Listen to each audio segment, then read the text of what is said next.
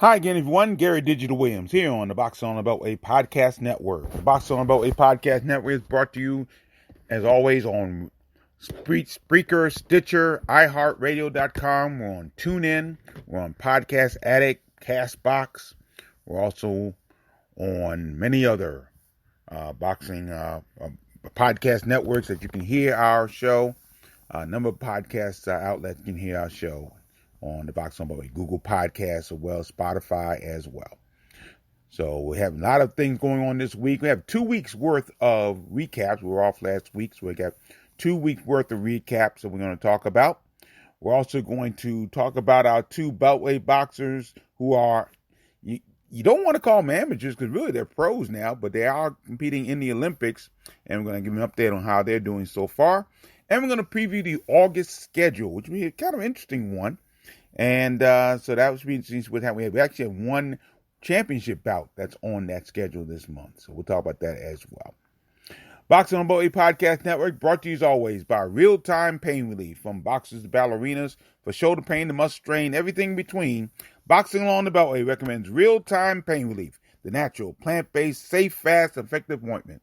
You go to freepainoffer.com, buy $10 worth of Real Time Pain Relief. You get a free $10 tube of real-time pain relief. Pain relief now endorsed by two-time world heavyweight champion Big George Foreman. So try his knockout plan for real-time pain relief. Rub it on. The pain is gone in real time. So we have 2 weeks worth of recaps and some interesting decisions that took place over the last couple of weeks. Let's start at the AT&T Center in San Antonio, Texas. And that is where the Richmond, Virginia middleweight, the chosen one, Emmanuel Ali, he lost a tough 10-round majority decision to undefeated Almacar Vidal of Montevideo, Uruguay. That was on Saturday, July 17th at the AT&T Center in San Antonio, Texas, and the bout was shown on Showtime. And I gotta say, Emmanuel Ali fought an outstanding bout. He really did. He showed some great physical power. And he showed the tremendous heart that he always does have, but it came out in spades this time around. He went toe-to-toe with the knockout artist Vidal. Vidal had knocked out just about everybody he had fought. And I thought he fought well enough really to win the bout. He landed more shots for the most part during the bout, and I really thought he fought well. But Vidal's key was he had a solid body attack, and that body attack really hurt him in the 6th round. Didn't knock him down, but it really, really did hurt him. That may have been one of the big keys for a couple of these judges. One judge did see the draw at 95-95, excuse me, but the other two judges saw it 97-93. I don't know how. In fact, Steve Farhood, who served as the unofficial judge for the Showtime telecast, thought Aleem actually won the fight. He thought he won the fight. I thought he did too. I really thought Aleem did enough to win the fight, but it's a tough loss for him, and he's had a couple of tough losses as of late. And Aleem's record falls now to 18-3-2 with 11 KOs.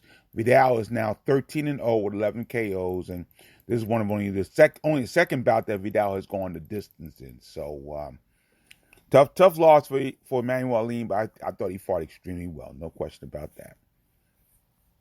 Now, on Saturday, July 17th at the Greenville Marriott in Greenville, South Carolina, Oxon Hill, Maryland middleweight Ian Dancer Coakley, he scored a first-round technical knockout over Tony Gaines Jr. of Wilson, North Carolina. And I had a chance to see the video of this bout, and Gaines fought like he was from Wilson, North Carolina. I mean, that was just that simple. He just looked horrible, and Coakley pummeled him from the opening bell. He never let up.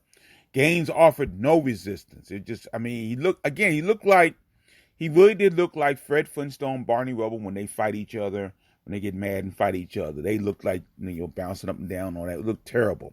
Gaines ended up taking a knee. Then he rose up. He turned his back to Coakley, and then referee Wayne Spinola, he mercifully stopped about at 2:13 of the first round. Coakley remains undefeated. He's 4-0, 2 KOs, and Gaines is now 0-2. So a good win for Ian Dancer Coakley. Meanwhile, this weekend at the 2300 Arena in Philadelphia, Pennsylvania, Baltimore, Maryland cruiserweight Moosin Kaysen, who is the younger brother of former undisputed world champion Hasim Rahman Sr. He scored a third-round knockout over Tristan James of Des Moines, Iowa. That was, again, on Friday, July 23rd at the 2300 Arena in Philadelphia, Pennsylvania. Now, Kason got the stoppage at 2:43 of the round. He continues to be undefeated. He's 8-0, 5 KOs, and James' record evens at 4-4-2 with 1 KO. So good win for him on that card. No question about that. So that is the recap. Couple weeks of recaps this coming week and this past weekend was a very good schedule overall for Beltway boxers. Now, before we get to the August schedule, got to talk about our two Beltway boxers that are in the Olympics. Alexander, Virginia boxers Keyshawn Davis and Troy Isley.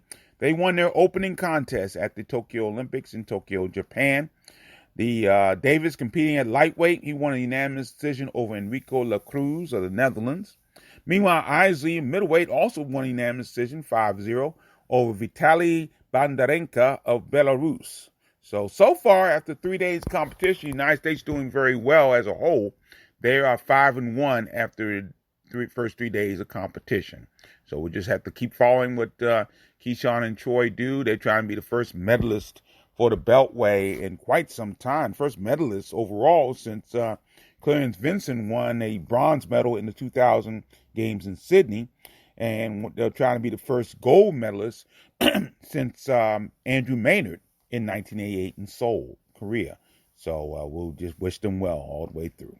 So once again, Keyshawn Davis, Troy Isley win their opening bouts at the 2020 Tokyo Olympics in Tokyo, Japan.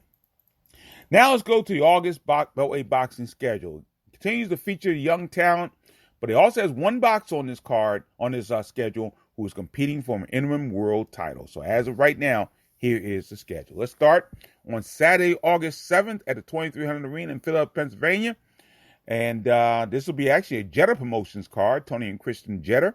They were very successful with a double card at the 2300 Arena a couple months ago, and they're going to have one card there. A number of Beltway boxers will be on this card.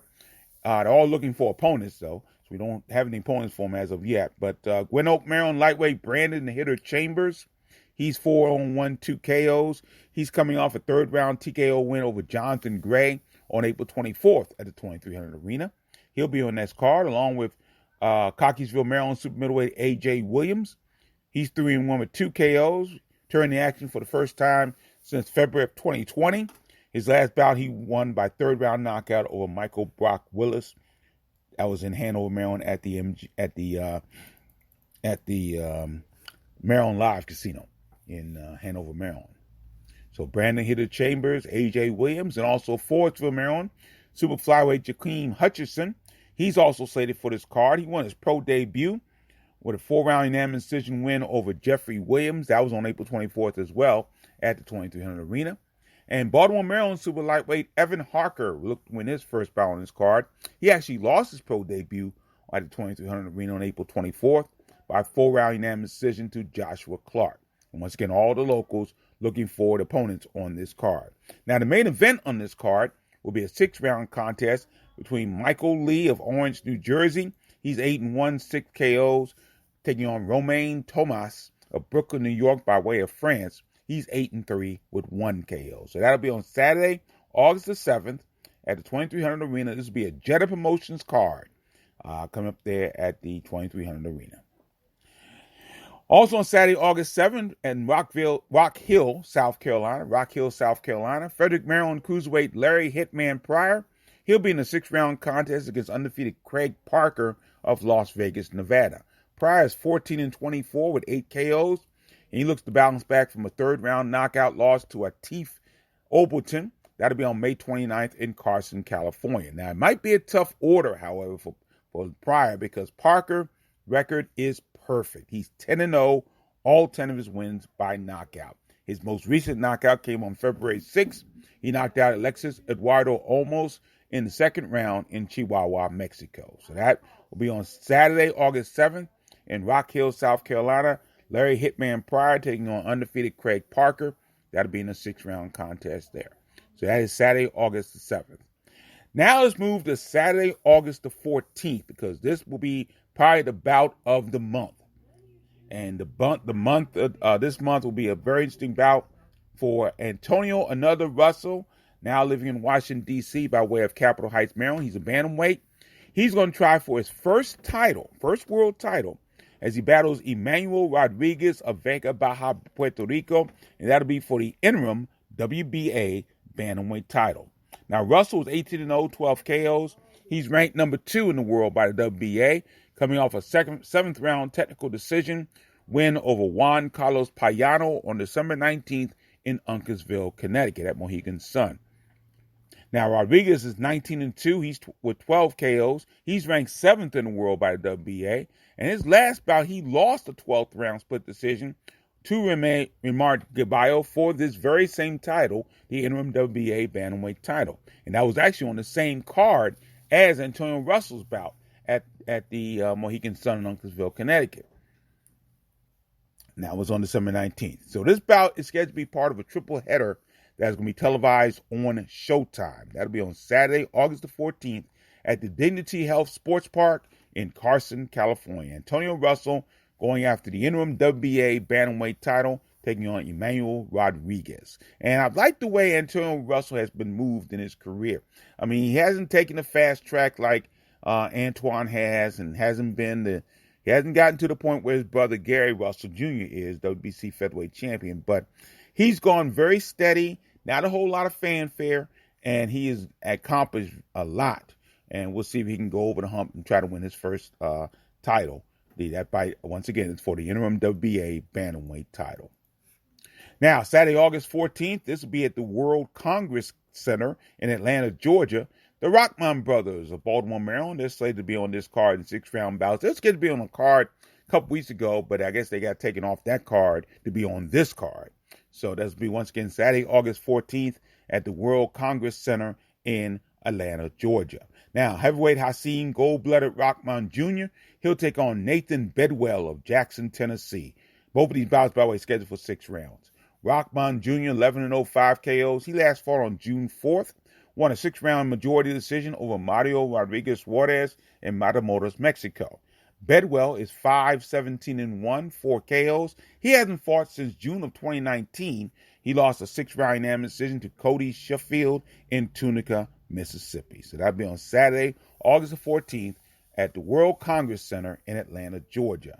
Also, super welterweight Sharif C3 Rockman, he battles Donis Reed of Lemon Grove, California. Rockman's 4-0, 3 KOs, coming off a 3rd-round TKO over Vladimir Jacinto on February 6th in Philadelphia. Now, this is the first scheduled 6-round bout for Sharif Rockman. Reed, however, is 3-8-1 with 2 KOs. He battled to a 4-round draw with Adan Gamboa. That was on June 4th in Tijuana, Mexico.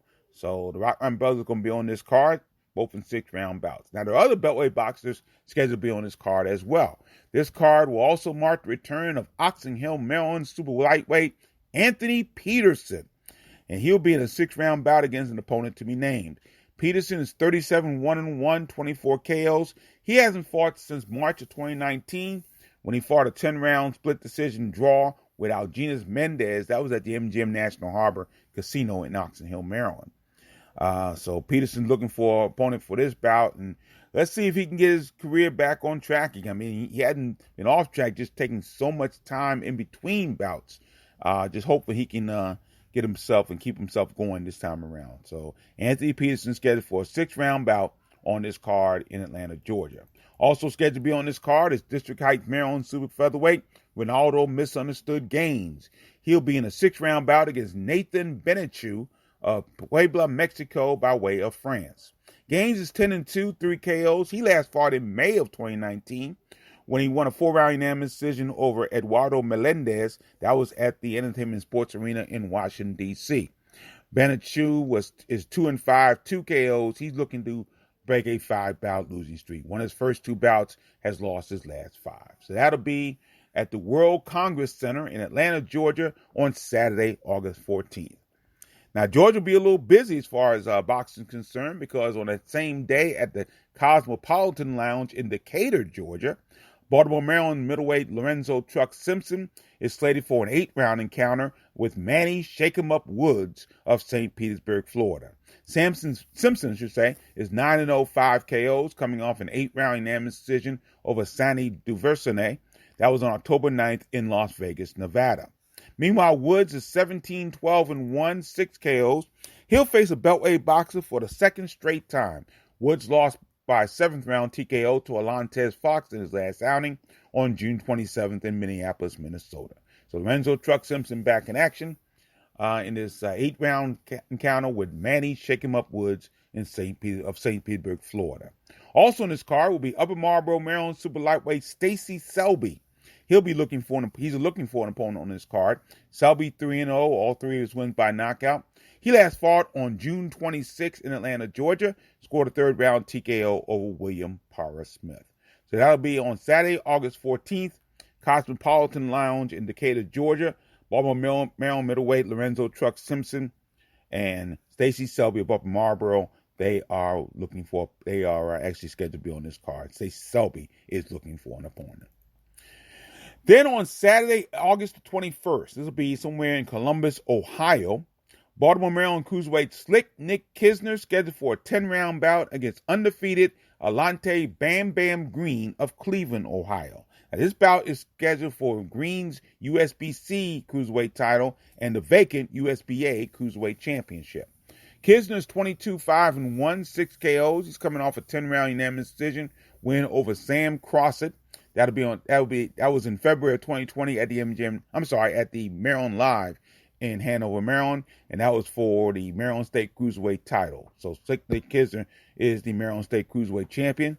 Green is 8-0-1, 5 KOs. He won the vacant USBC title with an 8-round unanimous decision win over Steven Bujai. That was on June 4th in Newark, Delaware. So we're looking for that bout. That bout's scheduled to be on TV. Don't know who is carrying it yet, but it's scheduled to be on television.